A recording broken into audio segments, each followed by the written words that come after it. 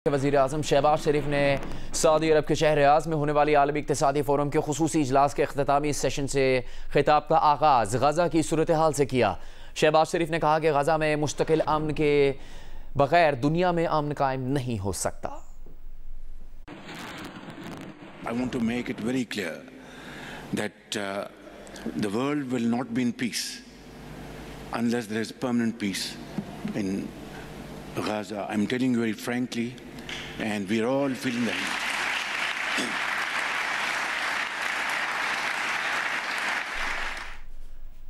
आलमी इक़्तिसादी फ़ोरम के अख्तामी सेशन से खिताब में वज़ीर आज़म शहबाज शरीफ ने कहा कि यूक्रेन जंग की वजह से आलमी सतह पर अशिया की कीमतों में इजाफा हुआ। आलमी मंडी में महंगाई की वजह से तरक्की पजीर ममालिक मुतासर हुए। सऊदी अरब समेत दोस्त ममालिक ने पाकिस्तान की मदद की। कॉन्फ्रेंस के मौके पर वज़ीर आज़म की मलेशियन हम मनसब अनवर इब्राहिम से भी मुलाकात हुई। पाकिस्तान और मलेशिया के ताल्लुकात को मज़ीद फ़रोग़ देने और मुश्तरका वज़ारती कमीशन का अगला इजलास जल्द इस्लामाबाद में मुनक़्क़िद करने पर इत्तेफ़ाक़ किया गया। वज़ीर आज़म शहबाज शरीफ से रियाद में सऊदी वज़ीर तिजारत माजिद अल क़स्बी की भी मुलाकात हुई। वज़ीर आज़म का कहना था कि पाक सऊदी अरब तिजारत का हजम बढ़ाने के लिए भरपूर इक़दाम किए जाएंगे। SIFC सरमाकारों को सहूलियात की फ़राहमी के लिए पूरी तरह फ़ाल है। दूसरी जानिब IMF के एग्जीक्यूटिव बोर्ड का इजलास आज होगा। इजलास में पाकिस्तान के लिए स्टैंड बाय अरेंजमेंट के तहत $1.1 अरब की हतमी किस्त का फैसला होगा।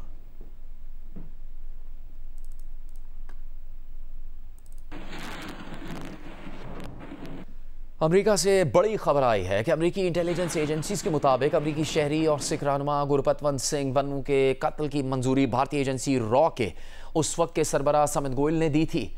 इंटेलिजेंस एजेंसीज के मुताबिक किराए के कातिलों से राबता रॉ के अफसर विक्रम यादव ने किया। अमरीकी मीडिया की खुसूसी रिपोर्ट के मुताबिक रॉ ने अमरीकी सरजमीन पर अमरीकी शहरी के कत्ल का हुक्म उस वक्त दिया जब पिछले साल जून में भारतीय वज़ीर आज़म नरेंद्र मोदी अमरीका के दौरे पर थे। अमरीकी इंटेलिजेंस एजेंसीज के ख्याल में मोदी के कौमी सलामती के मुशीर अजीत दोवल को रॉ के इस प्लान का इल्म था। अमरीकी मीडिया रिपोर्ट में कहा गया है कि अजीत दोवल और समित गोयल से राबता किया गया लेकिन उन्होंने अपना मौक़िफ़ नहीं दिया। इस रिपोर्ट के मुताबिक रॉ के विक्रम यादव ने सिख एक्टिविस्ट गुरपतवंत सिंह पन्नू के न्यूयॉर्क के घर का पता और दीगर तफसीलात किराए के कातिलों को भेजी। विक्रम यादव की शनाख्त और रॉ से उसका ताल्लुक पहली बार रिपोर्ट हुआ है और साबित करता है कि कत्ल के प्लान में रॉ बराह रास्त मुलविस थी। मौजूदा और साबिक मगरबी सिक्योरिटी एहलकारों के मुताबिक कत्ल की इस कोशिश में रॉ के कई आला ओहदेदार भी मुलविस पाए गए हैं। CIA, FBI और दीगर अमरीकी एजेंसीज ने इन मुल्ज़िमान के मोदी के करीबी हल्के से मुमकिन रवाबित के शवाहिद भी हासिल कर लिए हैं। गज़ा में इसराइली मज़ालिम के खिलाफ 20 से ज़्यादा अमरीकी जामियात में 11 रोज़ से एहतजाज का सिलसिला जारी है। जॉर्ज वाशिंगटन यूनिवर्सिटी की इंतज़ामिया ने तलबा को एहतजाजी कैंप ना हटाने की सूरत में आर्जी मुअत्तली की वार्निंग दे दी है। तलबा का गज़ा में जंगबंदी और इसराइली कंपनीज से ताउन ख़त्म करने का मुतालबा पूरे होने तक एहतजाज जारी रखने का ऐलान। इतवार की रात तलबा और पुलिस के दरमियान तसादुम हुआ। देखिए वॉइस ऑफ अमेरिका की नुमाइंदा फ़ायज़ा बुखारी इस बारे में आपको मज़ीद तफसील बताएंगी। मुल्क के मौसम के हालात। पंजाब, खैबर पख्तूनख्वा, आज़ाद कश्मीर, गिलगित बल्तिस्तान में कहीं कहीं मूसलाधार बारिशों और ज़ालाबारी से मुतासर हुए हैं ये शहर। बाला इलाकों और पहाड़ों पर बर्फबारी का सिलसिला जारी है। गुजरांवाला में आंधी के बायस साइन बोर्ड गिरने से 2 अफराद ज़ख्मी हो गए। स्कर्दू में मौसम की खराबी के बायस तमाम परवाजें मनसूख करनी पड़ी।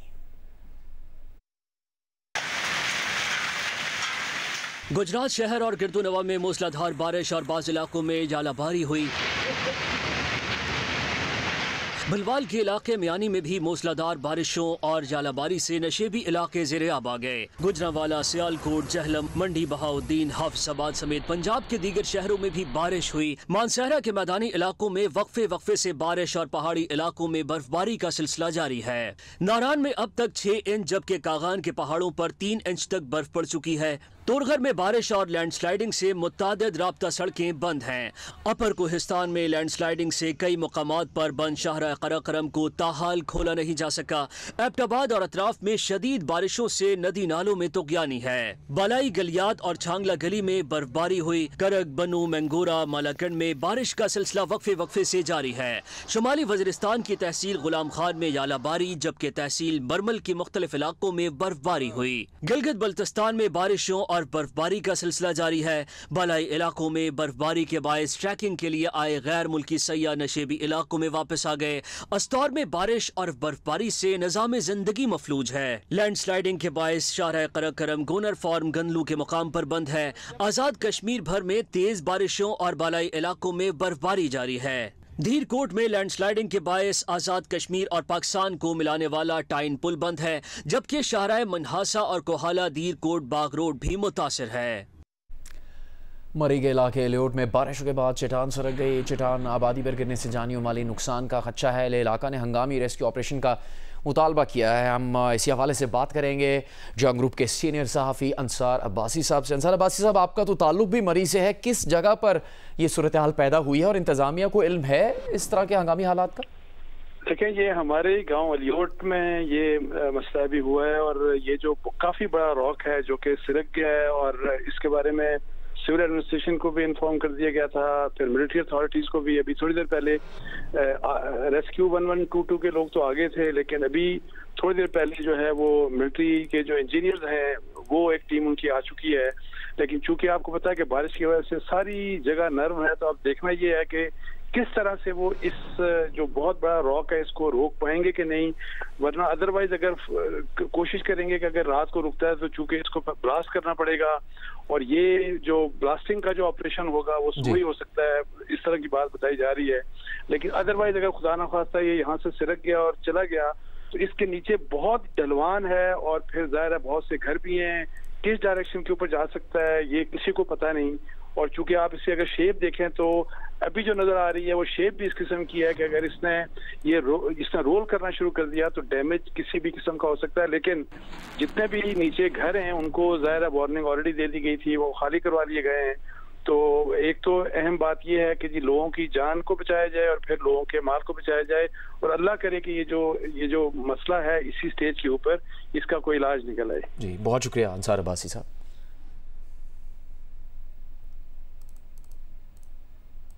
दीगर खबरें शामिल करेंगे। तहरीक इंसाफ के सेनेटर रॉन अब्बास ने दावा किया है कि निगरान हुकूमत में एक शख्स ने यूक्रेन से गंदम दरामद करके 85 अरब रुपए का मुनाफा कमाया है। जियो न्यूज़ के प्रोग्राम कैपिटल टॉक में गंदम खरीदारी के मामले और किसानों के एहतजाज पर बात करते हुए तलाल चौधरी ने कहा कि जिस तरह किसान मजलूम है इसी तरह पंजाब हुकूमत भी मजलूम है। सेनेटर फैसल वावड़ा ने मुतालबा किया कि जो भी गंदम दरामद स्कैंडल में मुलविस है उसके खिलाफ सख्त कार्रवाई होनी चाहिए। पंजाब के पास 46-60 लाख टन गंदम पड़ी थी। इन्होंने उस वक्त निगरान गवर्नमेंट ने 22 अक्टूबर 2023 को यूक्रेन से गंदम अलाइव कर दी। 34 लाख टन वहां से आ गई। 3100 रुपए की यूक्रेन से गंदम मंगवाई, पंजाब में 4500 की बेची और हमारी जो पंजाब में गंदम उन्हें कहा जी 4600 से नीचे नहीं अलाउ सकती। सो निगरान सेटअप में कोई शख्स बैठा था जिसने पहले प्लान करके एलसीज खुलवा दी थी यूक्रेन से गंदम की और उसने फौरन अप्रूव किया और उसके बाद आपको ये पता है टोटल प्रॉफिट कितना है? आज हमने कैलकुलेट किया, पीटीआई ने 85 अरब रुपए का किसी ने सिस्टम में यहां पे नफा बनाया।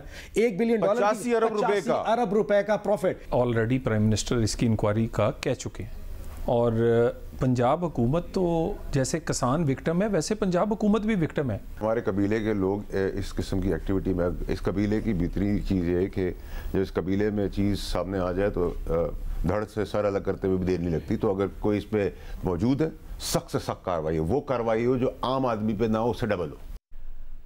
पंजाब हुकूमत की गंदम खरीदारी पॉलिसी के खिलाफ किसानों ने लाहौर में मॉल रोड पर एहतजाज किया। पुलिस ने एहतजाज करने वाले कई किसानों को हिरासत में ले लिया। किसानों से ज़ाहिर यकजहती के लिए अपोजिशन अरकान ने असम्बली की सीढ़ियों पर एहतजाज किया। अपोजिशन लीडर मलिक अहमद खान बचर का कहना था कि किसान अपनी गंदम औने पौने दामों फरोख्त करने पर मजबूर हैं। अगर हुकूमत ने गंदम ना खरीदी तो किसान आइंदा साल गंदम की फसल काश्त नहीं कर सकेंगे। लाहौर से इस बारे में रिपोर्ट देखिए।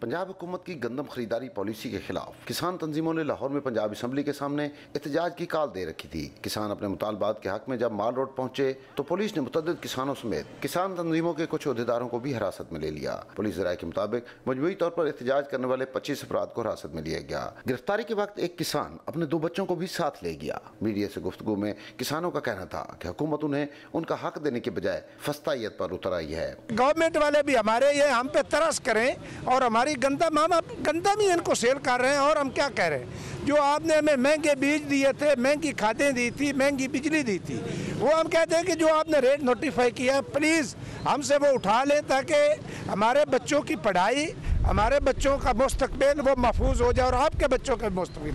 पंजाब हुकूमत की गंदम खरीदारी पॉलिसी के खिलाफ और किसानों से इज़हार यकजहती के लिए पंजाब असम्बली में अपोजिशन अरकान ने एहतजाज किया। मीडिया से गुफ्तगू में अहमद खान भुचर का कहना था कि हुकूमत किसानों का हक देने के बजाय उन्हें गिरफ्तार कर रही है। ये इस वक्त किसान का माशी कत्ल कर रहे हैं और मैं इनको बता देना चाहता हूँ कि पाकिस्तान तहरीक इंसाफ इस टिकटॉकर हुकूमत के साथ, इस कॉस्मेटिक हुकूमत के साथ नहीं खड़ी होगी और अपने किसानों के साथ खड़ी है। अपोजिशन अरकान का कहना था कि किसानों का गंदम की काश्त पर खर्च 45 रुपए मन आ रहा है, लेकिन उनसे 39 रुपए फी मन गंदम भी नहीं खरीदी जा रही। हुकूमत की जिम्मेदारी है कि वो किसानों से गंदम खरीदे। बारिश के बायस भी तैयार गंदम तबाह हो रही है। कैमरा और रिपोर्टिंग टीम जियो न्यूज़ लाहौर। वज़ीर आला पंजाब मरियम नवाज से डेनमार्क के सफ़ीर जैकब लेनलिफ ने मुलाकात की। इस मौके पर पंजाब में मरीजों को इंसुलिन और ग्लूकोमीटर स्ट्रिप्स तक आसान रसाई मुहैया करने पर इतफाक हुआ। एनर्जी, सेहत, माहौलियाती आलूदगी के खात्मे, कार्बन क्रेडिट्स और दीगर उमूर में ताउन के फ़रोग का फैसला किया गया। पंजाब में सोलर और विंड पावर से बिजली पैदा करने के इम्कानात पर भी तबादला ख्याल हुआ। मरियम नवाज़ ने कहा कि पंजाब सबसे बड़ा सूबा है, एनर्जी के लिए मकामी वसाइल पर इन्हिसार ज़रूरी है। डेनमार्क के सफ़ीर ने कहा कि पाकिस्तान में नाकाबिले यकीन कारोबारी मौक़े हैं और सनती तरक्की का पोटेंशल मौजूद है।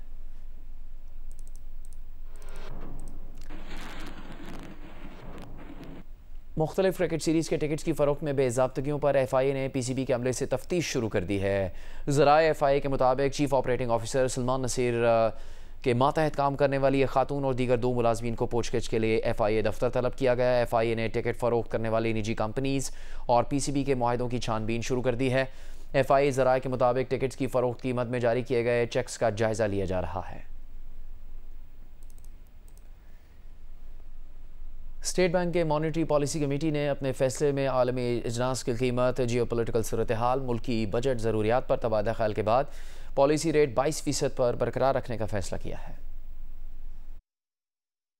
स्टेट बैंक की मॉनेटरी पॉलिसी कमेटी के पॉलिसी बयान के मुताबिक मुआशी सरगर्मी आम मुल्क में बहाल हो रही है। ज़राअत हमारी ताकत है। करंट अकाउंट खसारा काबू किया है और कर्ज की अदायगियाँ भी कर रहे हैं। इसके बावजूद मुल्क की ज़र मुबादला ज़खायर बढ़े हैं। शरह सूद पर आलमी इदारे भी जल्दबाजी नहीं कर रहे। महंगाई में कमी तवक्कुआत से कम है। शरह सूद गिराने में एहतियात वो भी कर रहे हैं। तवानाई मसनूआत और खाने पीने की अशिया को निकाल कर जो महंगाई बचती है उसे कोजी महंगाई कहते हैं। मुल्क में कोजी महंगाई की शरह 18% से कम होकर 15.7% हुई है। लेकिन सर्कुलर डेट और तेल की आलमी कीमतें महंगाई के मंजरनामे के लिए खतरात हैं। तलब को काबू रखना अभी ज़रूरत है। आरिफ हबीब सिक्योरिटीज़ लिमिटेड के रिसर्च हेड ताहिर अब्बास समझते हैं कि महंगाई कम होगी तो शरह सूद भी कम हो जाएगा। शरह सूद का फैसला बाजार पोजीशन ले रहा है।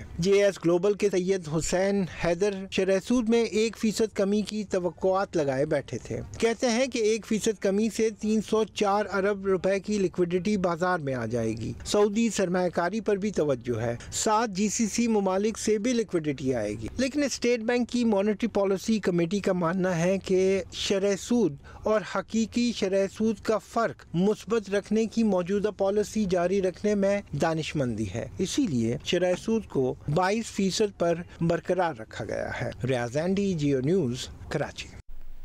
इसहाक डार को नायब वज़ीर आज़म बनाने का मामले पर नून लीग ने वजाहत कर दी। रहनुमा नून लीग राना सनाउल्लाह ने जियो न्यूज़ के प्रोग्राम आज शाहजेब खानज़ादा के साथ में कहा है कि इसहाक डार को वज़ीर ख़ारजा बनाने के बाद जो बदमज़गी पैदा हुई थी उसे ख़त्म करने के लिए उन्हें नायब वज़ीर आज़म का ओहदा दिया गया है।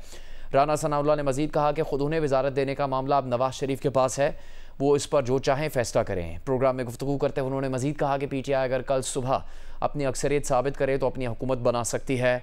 रहनुमा नून लीग राना सनाउल्लाह का तफसीली इंटरव्यू देखिए आज रात 10 बजे जियो न्यूज़ के प्रोग्राम आज शाहजेब खानज़ादा के साथ में।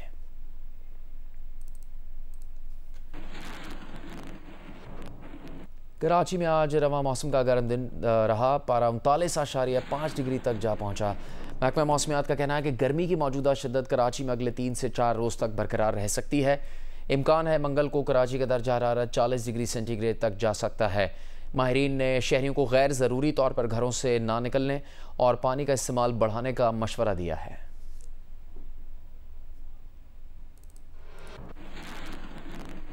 खेलों की खबरों में आपको बताएं, पाकिस्तान क्रिकेट टीम के दौरा इंग्लैंड, आयरलैंड और T20 वर्ल्ड कप के लिए मुमकिन 21 खिलाड़ियों की फहरिस्त तैयार की गई है। 18 खिलाड़ियों ने अमेरिका के वीज़ा के लिए दरख्वास्तें जमा करवा दी हैं।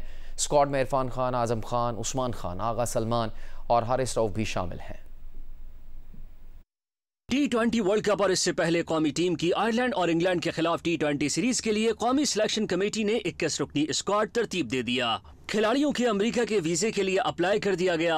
अलबत्ता फहरिस्त में शामिल कप्तान बाबर आजम, मोहम्मद रिजवान, इमाद वसीम, आजम खान और मोहम्मद आमिर दीगर खिलाड़ियों के साथ इस्लामाबाद अमरीकी एम्बेसी नहीं गए। जराये के मुताबिक इन 5 खिलाड़ियों में बेशतर के पास अमरीकी वीजा पहले से मौजूद है। मेगा इवेंट और इससे पहले होने वाली 2 सीरीज, आयरलैंड के खिलाफ 3 T20 मैचेस और इंग्लैंड से 4 T20 मैचेस के लिए इन्हीं 21 खिलाड़ियों में से स्क्वाड मुंतखब होगा। मेगा इवेंट के मुमकिन खिलाड़ियों में बाबर आजम कप्तान, साइम अयूब, मोहम्मद रिजवान, उस्मान खान, इफ्तिखार अहमद, आजम खान, इरफान खान नियाजी, शादाब खान, इमाद वसीम, शाहीन शाह आफरीदी, नसीम शाह, जमान खान, मोहम्मद आमिर, अब्बास आफरीदी, उसामा मीर, फखर जमान, अबरार अहमद, हारिस रऊफ, हसीबुल्ला, साहबजादा फरहान और आगा सलमान शामिल हैं। दौरा यूरोप के लिए टीम का ऐलान 1 से 2 रोज में किया जाएगा।